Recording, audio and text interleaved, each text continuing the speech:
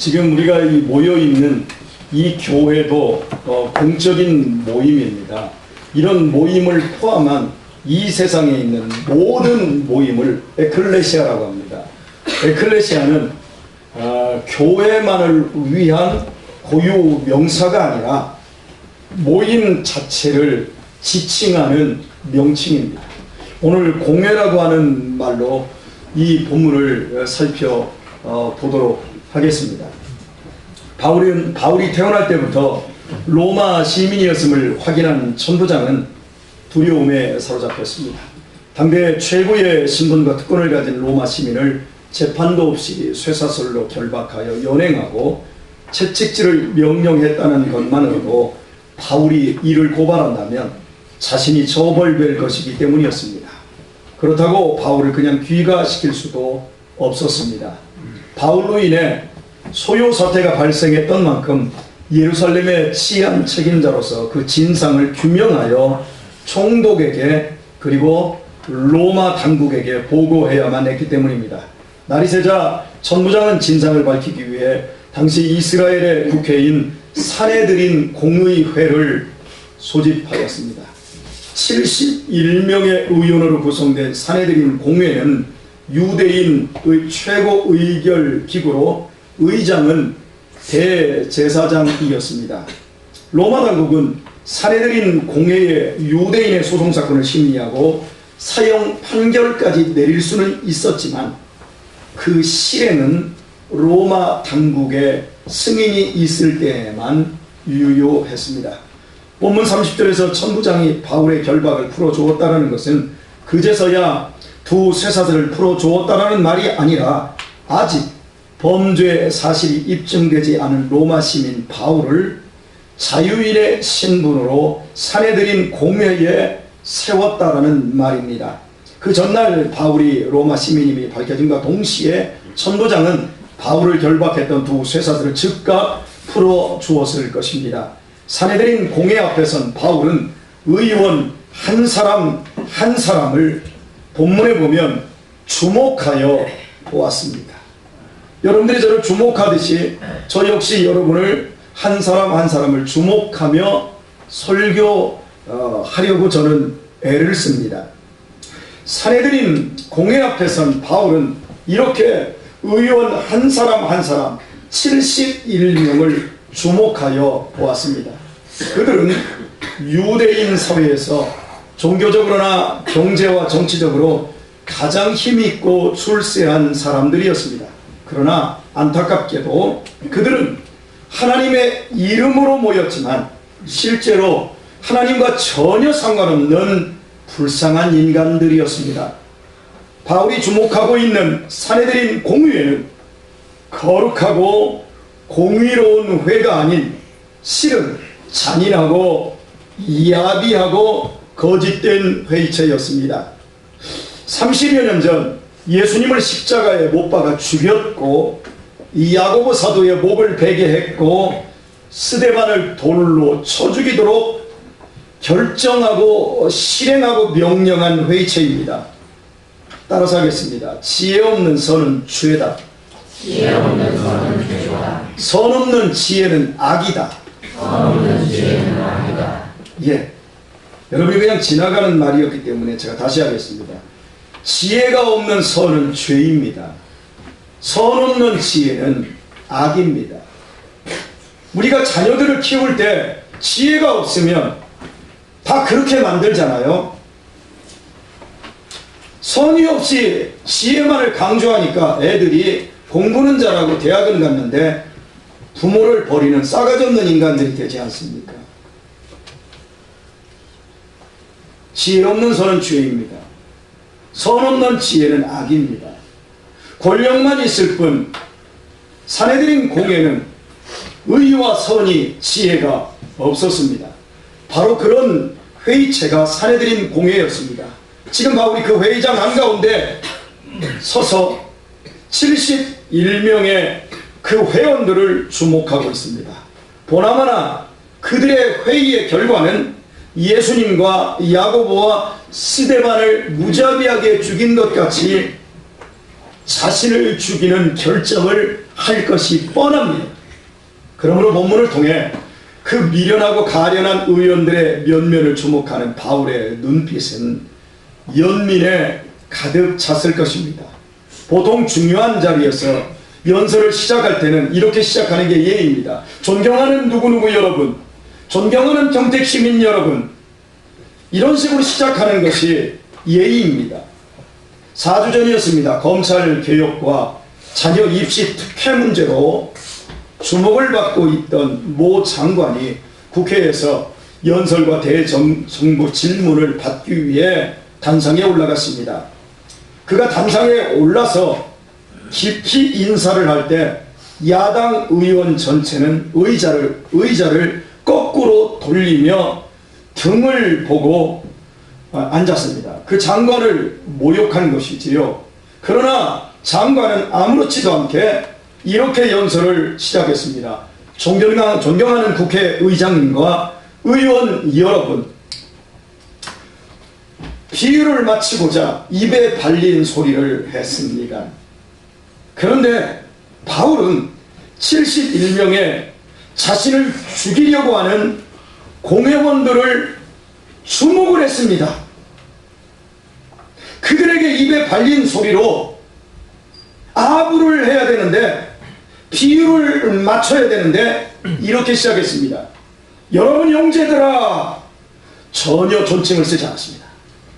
비유도 마치지 않았습니다. 이유가 무엇일까요? 자신이 하려는 말의 본질을 흐리지 않고자 했기 때문입니다. 그들이 아무리 대단한 이스라엘의 국회의원들이라 할지라도, 그들이 아무리 대단한 신분과 권력을 가졌다 할지라도, 그러나 바울에게는 영적인 눈을 뜨게 해주어야 할 소경 형제들에 불과했을 뿐이었습니다. 바울의 첫 마디는, 여러분 형제들아, 오늘날까지 내가 범사의 양심을 따라 하나님을 섬겼노라, 이렇게 말했습니다. 유대인들은 바울이 율법과 성전을 모독했다며 죽이려 했지만, 바울은 모든 면의 믿음의 양심을 따라 하나님을 섬겼다고 증언한 것입니다. 이때 바울은 당시에 평균 수명으로 이미 인생 말년이었다고 제가 말씀을 드렸습니다. 그가 평생 가난과 박해와 허탕며 살아온 것도, 죽음을 각오하고 예루살렘을 찾은 것도 모두 믿음의 양심을 쫓아 하나님의 부르심에 순종하기 위함이었습니다. 오늘까지 나는 범사의 양심을 따라 하나님을 섬겼노라.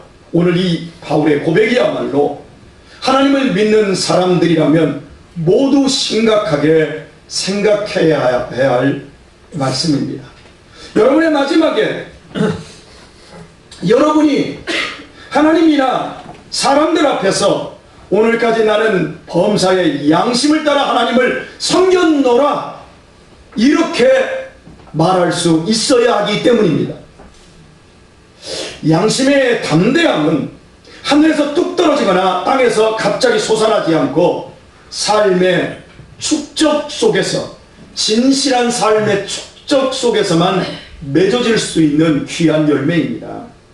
범사, 즉 날마다 모든 일에, 어떤 순간에 무슨 일을 만나고 하나님 앞에서 양심을 따라 바르게 살아가는 삶이 모여져야만이 자연스럽게 맺을 수 있는 결과물이 오늘까지 나는 범사의 양심을 따라 하나님을 섬겼노라 할 수 있는 것입니다. 그러므로 우리는 지금부터 당장 범사의 양심을 따라 하나님을 섬기는 삶을 살아야 합니다. 어줍지 않은 흉내가 아닙니다. 내가 반드시 살아내어야 하는 나의 진실한 삶이어야만 합니다. 중요한 것은 양심을 따른다는 이 말은 도리어 거짓을 가리는 도구가 될 수 있다는 사실입니다. 10월은 참 좋은 계절입니다. 열매의 계절이지요. 10월은 시인의 계절입니다. 옛 시인의 노래가 있지요. 10월은 정말 좋습니다. 10월의 어느 멋진 날에, 그죠? 참 10월은 좋은 계절입니다. 체육대회도 많이 하고 소풍도 많이 하고. 그런데 10월은 한국 개신교 교단별 총회가 열리는 달입니다.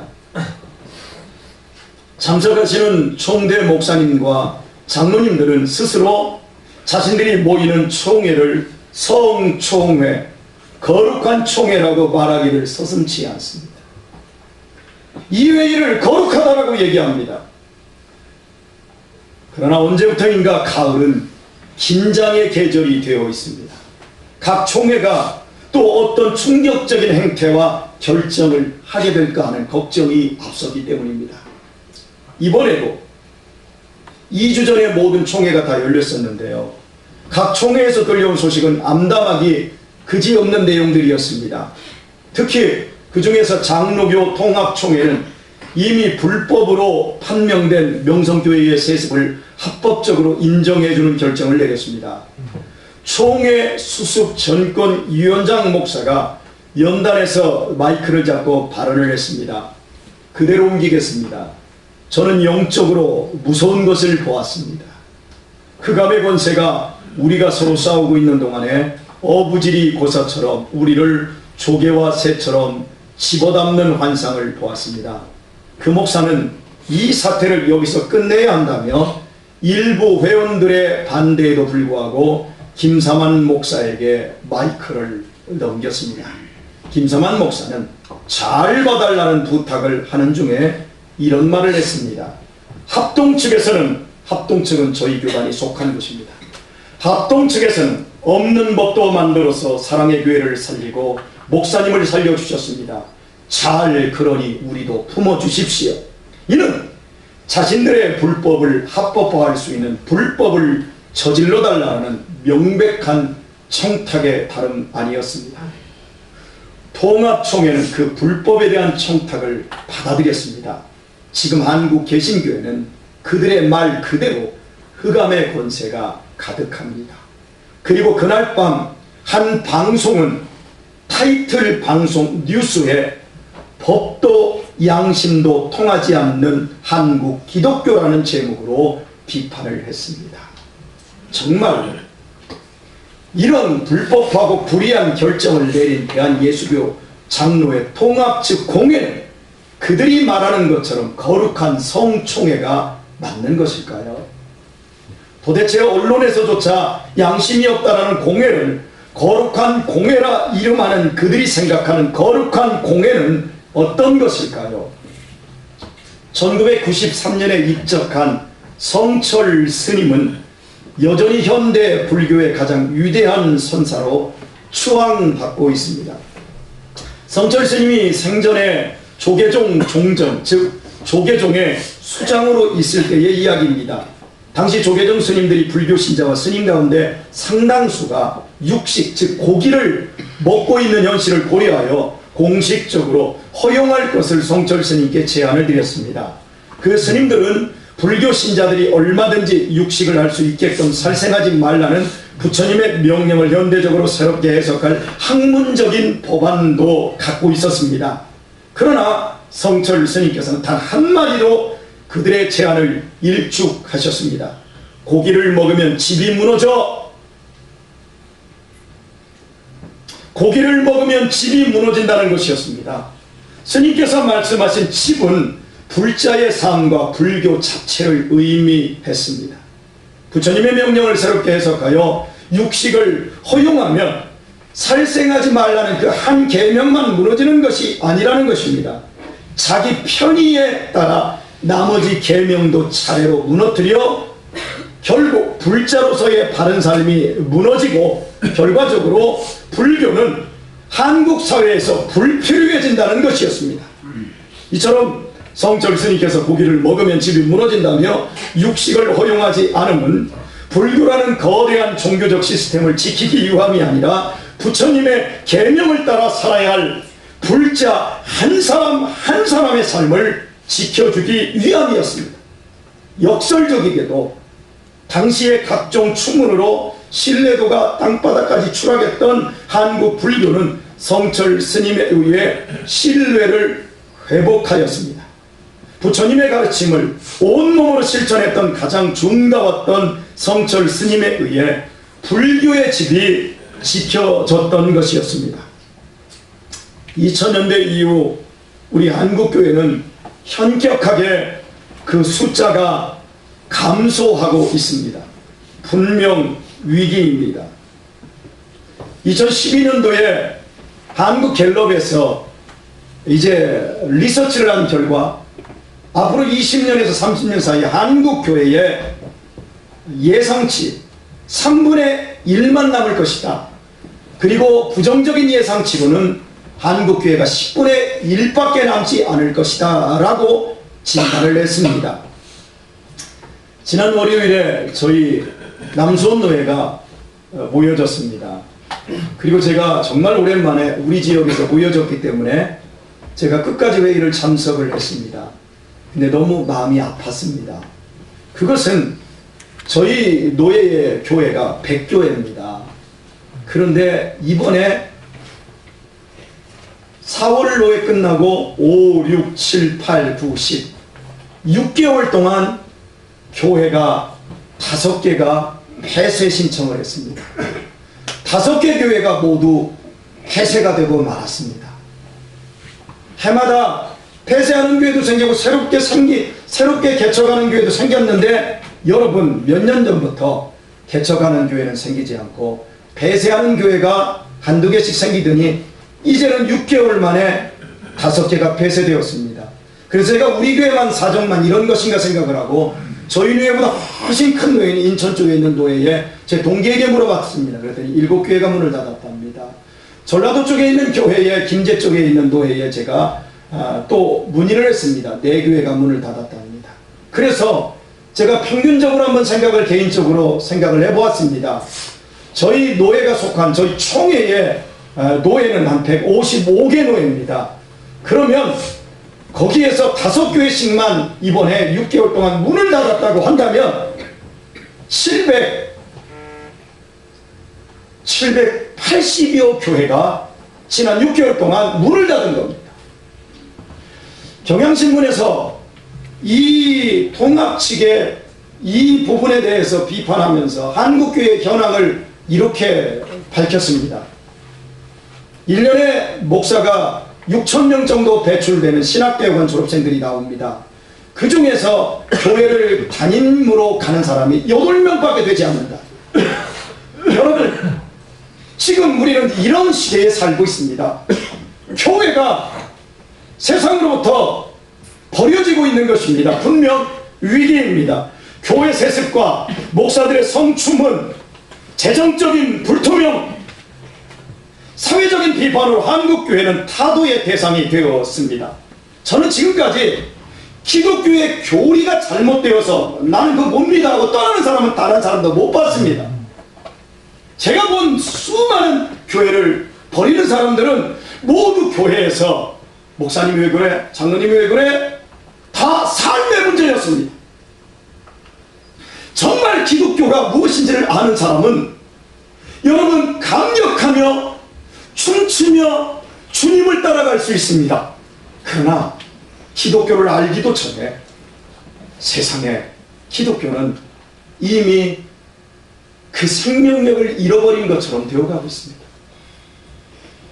이런 상태에서 오늘의 명성교회나 우리 교단에 속한 사랑의 교회는 2년 동안 이슈 중에 이슈였습니다. 사랑의 교회는 2년이 아니라 한 7, 8년 동안 이슈 중에 이슈였습니다. 그런데 결과는 양심과 상관없는 욕심의 결정으로 끝이 났습니다. 이제 불법을 합법함으로 우리 한국교회는 스스로 한국사회에서 불필요한 교회가 되어버렸습니다. 더 이상 한국교회는 의와 진리와 생명을 가진 기독교가 아닌 불의와 거짓과 탐욕을 가진 교회를 선택하게 된 것입니다. 저는 묻고 싶습니다. 당신들이 정말 양심을 따라 하나님을 섬기는 목사님들과 장로님들 맞습니까? 일반인도 다 알고 있는 상식도 양심도 지키지 않는 당신들의 공예가 정말 당신들이 말하는 것처럼 거룩한 성총회인 것 맞습니까? 종교 권력에 아부하여 욕심을 관철시켜 놓고는 반성은커녕 이게 하나님의 뜻이다, 하나님이 영광 받으셨다를 운운하는 그들을 보면서 저는 1938년 제27차 총회에서 홍택기 총회장의 주도로 채택된 신사참배 결정이 생각났습니다. 정말 당시에 일본 천황의 제사상이 국가의식이었나요? 그래서 교회 뒤에다가 일본 황제, 일본 천황에게 절을 하는 제사상을 차려놓는 것이 그것이 국가의례였나요? 그것은 양심을 속인 명백한 우상숭배였습니다. 이 결정으로 인해 한국교회는 당시에 우상숭배에 빠졌고 주기철 목사님, 박관준 장로님 같은 분의 목숨을 앗아가게 했습니다. 뿐만 아니라 평양 대부흥에 불을 꺼뜨렸고 100만 명 구령운동을 없애버렸고 하나님의 계명을 따라 믿음을 지키는 성도 한 사람 한 사람을 타락시켰습니다. 그리하여 국가의례로서 신사를 참배하던 한국교회는 6.25 동란이라는 비극으로 정결케 되는 용광로를 통과해야만 했습니다. 하나님의 말씀을 잉지하는 거짓과 자기 합리화는 악에서 나오는 겁니다. 지혜 없는 선은 죄이며 선 없는 지혜는 악이라 말씀드린 것처럼 우리는 그 죄의 삭을 반드시 감당해야만 할 것입니다. 오늘날 거짓 선지자들에게 이용당하고 동원되고 있는 기독교인들이 저는 누구보다도 가련합니다. 믿음으로 산다는 것은 내가 누구이며 무엇을 지향해야 할지를 알고 늘 하나님께 길을 여쭈며 사는 것입니다. 크리스찬은 역사의 소용돌이 속에 휩쓸려가는 사람들이 아니라 역사가 가야 할 방향을 가늠하며 역사를 그 방향으로 이끌기 위해 노력하는 사람인 것입니다. 예쁜 거짓으로는 세상을 아름답게 만들 수 없습니다. 찬란한 불의로는 세상을 바로잡을 수 없습니다.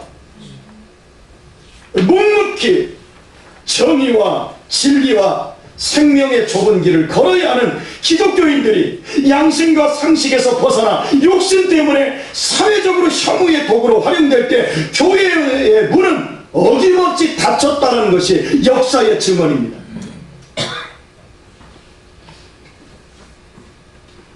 지구의 온도는 산업화가 이루어지기 전인 1900년대 초반에 비해 1.1도 올랐습니다. 하영아, 기온이 올라가면 빙하가 올라가면서 빙하가 녹고 있습니다.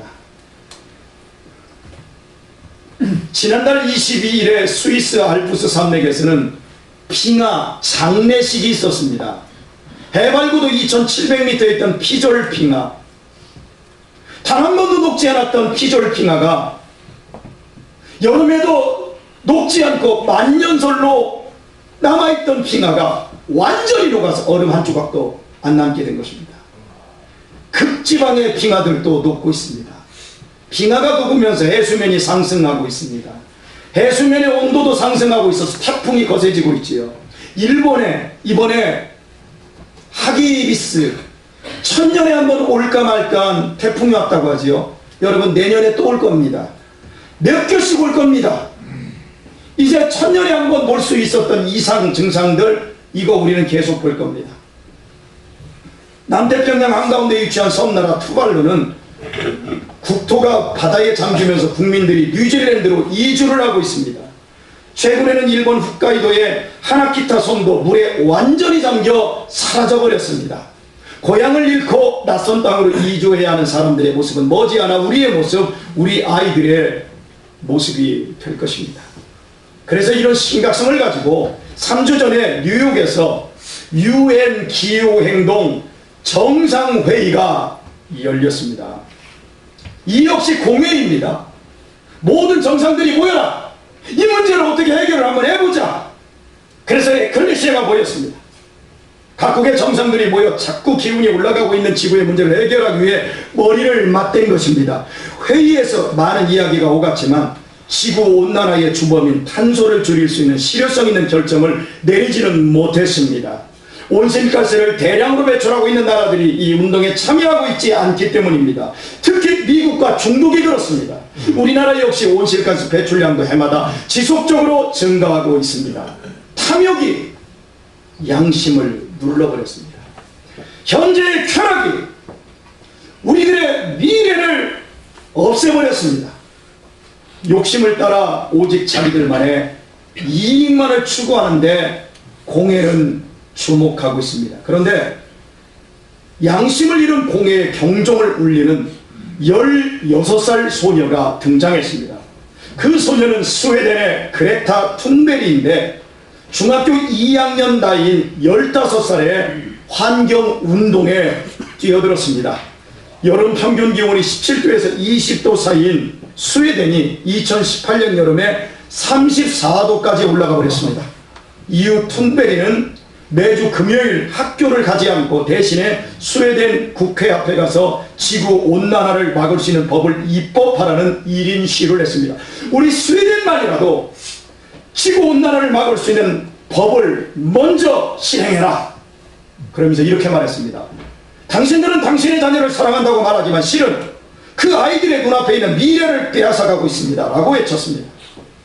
150여 개 나라의 젊은이들이 툰베리의 말에 공감했고 지난달에는 세계 곳곳에서 400만 명이 거리의 광장에 나와 국제사회는 기후 문제를 해결하려며 시위를 벌였고 드디어 유엔에서 기후행동 정상회의를 이 어린 소녀 하나 때문에 개최를 하게 된 것입니다. 툰베리는 뉴욕에서 열린 이 회의에서 세계 각국의 정상들에게 분노와 슬픔이 배어든 연설을 했습니다. 한번 보실까요? 2분짜리인데요. 동영상 있을 거예요.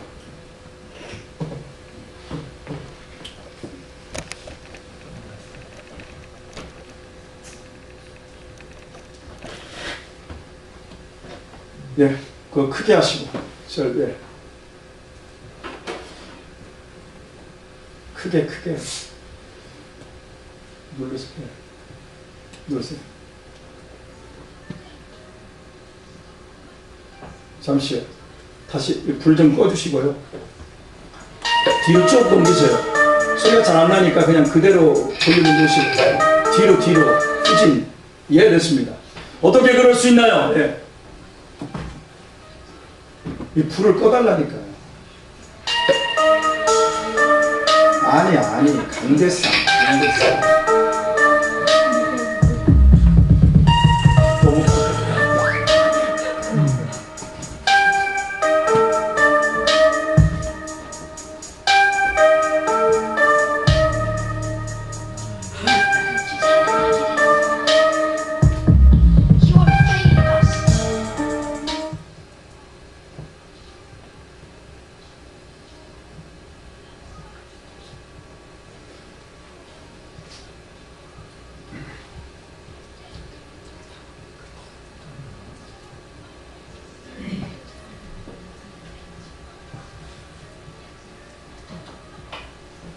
제 표정을 보십시오.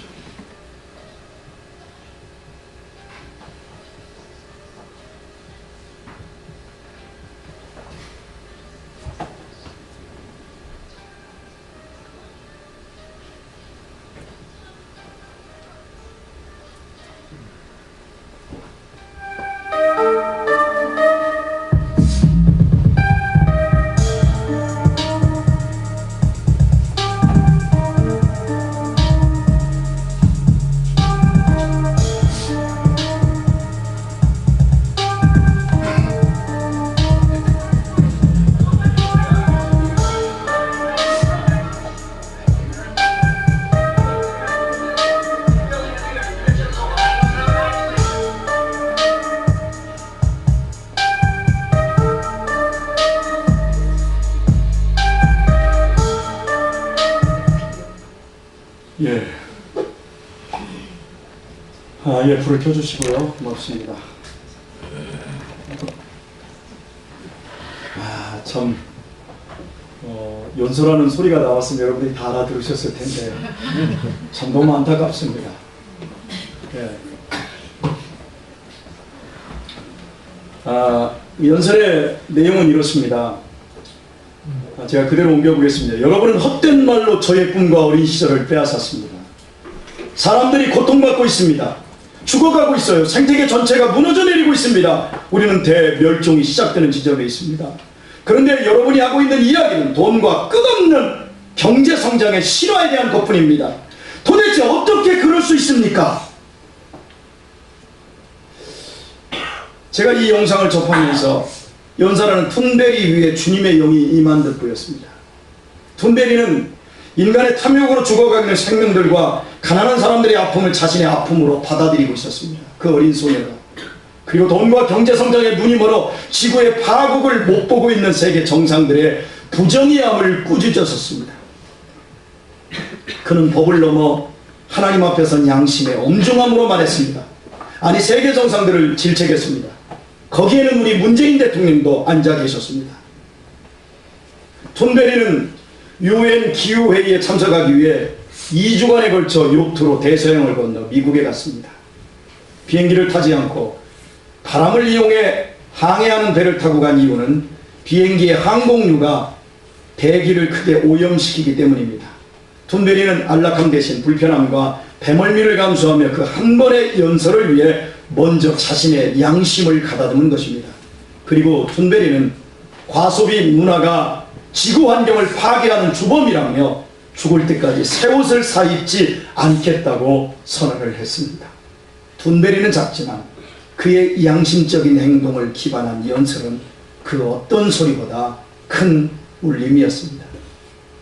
유엔 총회에 참석한 그 많은 지하상 같은 총회 회원들보다 그 16살짜리 하나님 앞에 선 양심 있는 그 아이가 더 큰 힘이었습니다. 미술계의 전설, 순영이한테 참 예배 태도가 참 고시리하다.